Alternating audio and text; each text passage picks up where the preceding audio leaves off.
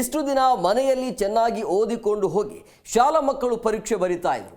ಆದರೆ ಇನ್ಮುಂದೆ ಇಂಥದಕ್ಕೆಲ್ಲ ಟೆನ್ಷನ್ ಬೇಡವೇ ಬೇಡ. ಏಕೆಂದರೆ ಪರೀಕ್ಷೆಯಲ್ಲಿ ಉತ್ತರ ಬರೆಯಲು ವಿದ್ಯಾರ್ಥಿಗಳ ಕೈಗೆ ಪುಸ್ತಕವನ್ನೇ ಕೊಡ್ತಾರಂತೆ. ಅರೆ, ಏನಿದು ಹೊಸ ಸುದ್ದಿ ಅಂತೀರಾ? ತೋರಿಸ್ತೀವಿ ನೋಡಿ.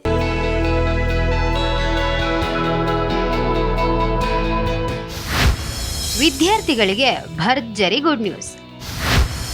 ಪುಸ್ತಕ ನೋಡಿಕೊಂಡು ಪರೀಕ್ಷೆ ಬರೆಯಲು ಅವಕಾಶ.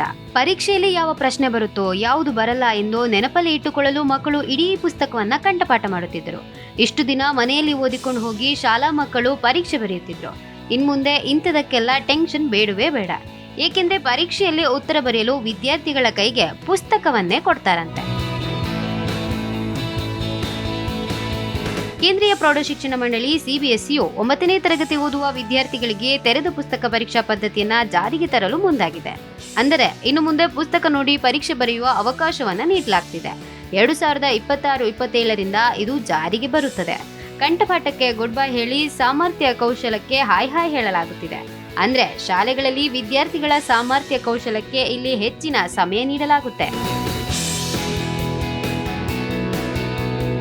ಕೇಂದ್ರೀಯ ಮಾಧ್ಯಮ ಶಿಕ್ಷಣ ಮಂಡಳಿ ಪರೀಕ್ಷಾ ಪದ್ಧತಿಯಲ್ಲಿ ಬದಲಾವಣೆ ಮಾಡಲಾಗಿದೆ. ಮುಂದಿನ ಶೈಕ್ಷಣಿಕ ವರ್ಷದಿಂದ ತೆರೆದ ಪುಸ್ತಕ ಪರೀಕ್ಷಾ ಪದ್ಧತಿ ಜಾರಿ ಮಾಡಲಾಗುತ್ತಿದೆ.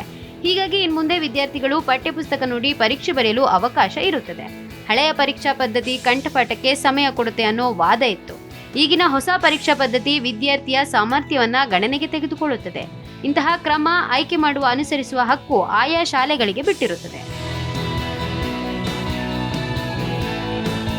National curriculum framework for school education 2023 ಮತ್ತು ರಾಷ್ಟ್ರೀಯ ಶಿಕ್ಷಣ ನೀತಿ NEP 2020ಕ್ಕೆ ಇದು ಅನುಗುಣವಾಗಿ ಈ ಪ್ರಸ್ತಾವನೆ ಇದೆ. 9ನೇ ತರಗತಿ ವಿದ್ಯಾರ್ಥಿಗಳಿಗೆ ಶಾಲೆಯಲ್ಲಿನ ಭಾಷೆ, ಗಣಿತ, ವಿಜ್ಞಾನ ಮತ್ತು ಸಮಾಜ ವಿಜ್ಞಾನ ಈ ವಿಷಯಗಳನ್ನ ಪುಸ್ತಕ ಮೌಲ್ಯಮಾಪನ ಒಳಗೊಂಡಿದೆ ಎಂದು ಹೇಳಲಾಗುತ್ತಿದೆ.